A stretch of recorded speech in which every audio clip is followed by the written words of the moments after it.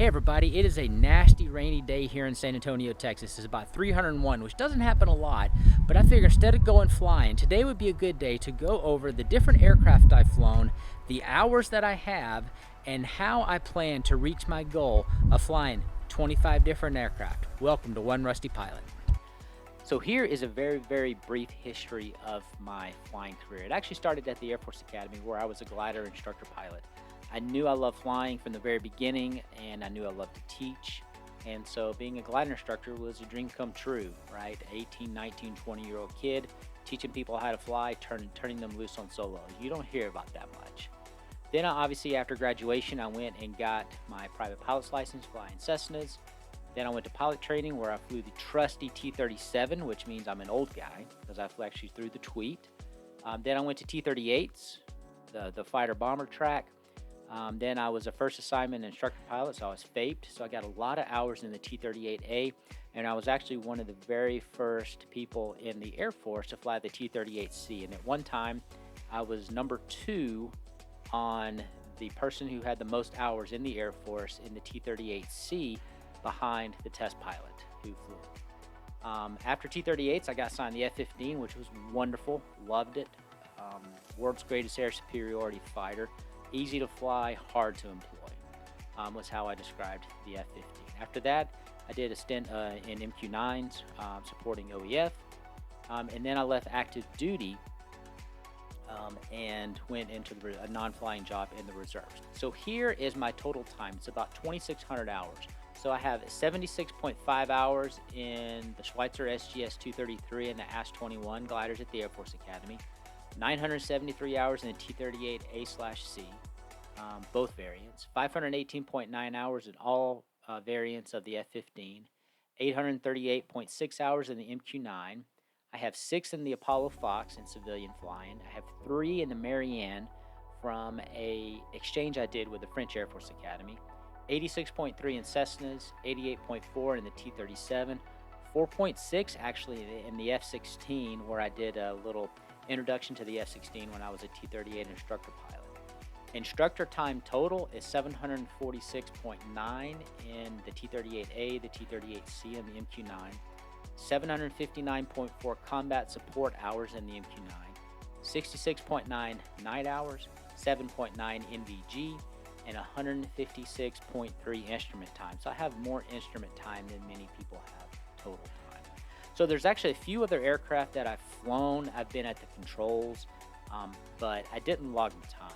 And that's the Mirage F1, the Mirage 2000, and the Alpha Jets. So how did I get to fly the Mirage F1, the Mirage 2000, and the Alpha Jet? Well, that's a story for another day, and I promise you that I will share it, and I promise you that it will be more than 10% truth. Anybody in the fighter community understands that requirement, where a story has to be at least 10% truth. I promise you it will be 100% truth, roughly.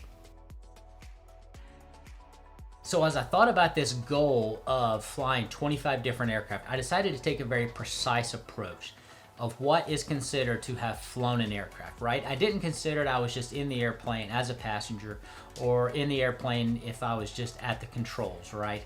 I don't consider someone who pays for a trip on Blue Origins to go to space an astronaut. Just like if you're sitting in row 23A on Southwest, you don't consider yourself a pilot, right? You're a passenger.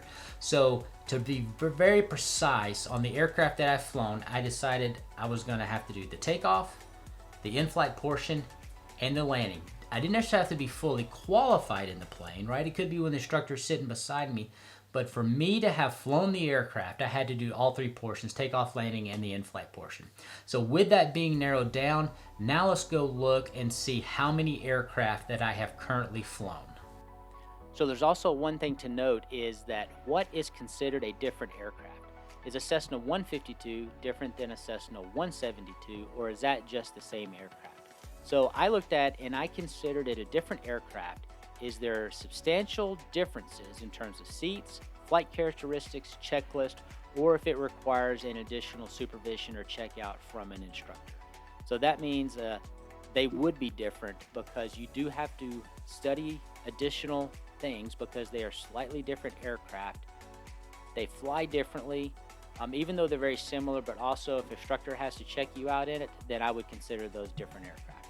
So, therefore, the aircraft that I've flown are these 13 aircraft: the Schweitzer SGS-233, the CAP-10, the Schweitzer AS-21, Marianne, Cessna 150 and 152, the Cessna 172, the Cessna 182, the Apollo Fox, T-37, T-38A, the T-38C. And yes, those are different aircraft because they require a completely different checkout and an additional check ride for qualification.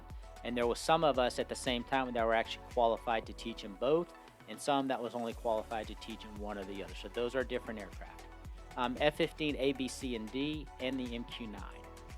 I did not count the Mirage F-1, the Mirage 2000, the Alpha Jet, or the F-16 as having flown because I did not do the takeoff and landing for those aircraft. So that leaves me with 13 aircraft that I have flown. Now, what 12 am I looking to fly that's on my dream list of aircraft I want to fly to really round out that list to reach my goal of flying 25 different aircraft? So these are the aircraft I want to fly to reach my goal: the Piper Cherokee, the Beechcraft Bonanza, King Air, Indy Cirrus, a Diamond DA-42, a Champion, extra 330 or similar aircraft, a Vans aircraft, any model, Learjet, Cessna Citation, P-51, and a biplane of any type. So how am I going to reach that goal? Obviously, some are going to be easier than others. Flying in a Piper is going to be easier than flying in a King Air or maybe a P-51, right? We have a Piper at the airfield that I can rent, so I can just reach out to my instructor, study up, and get checked out, and one's off the list.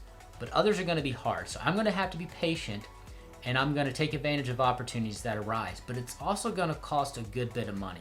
So I'm really starting to look into getting my CFI. I love instructing when I was in the Air Force. Other than flying the F-15, that was my favorite part. I love breaking down a flight, helping people understand their mistakes, imparting the joy of flying, and helping them do so in a safe manner. So I figure if I can get my CFI, then not only can I get paid to fly, I can also then use that money and turn it around and plug it back into this channel and fund my goal of reaching 25 different aircraft. If this is something that sounds interesting to you, please consider subscribing and hit that notification bell so you can get notified when additional content is released.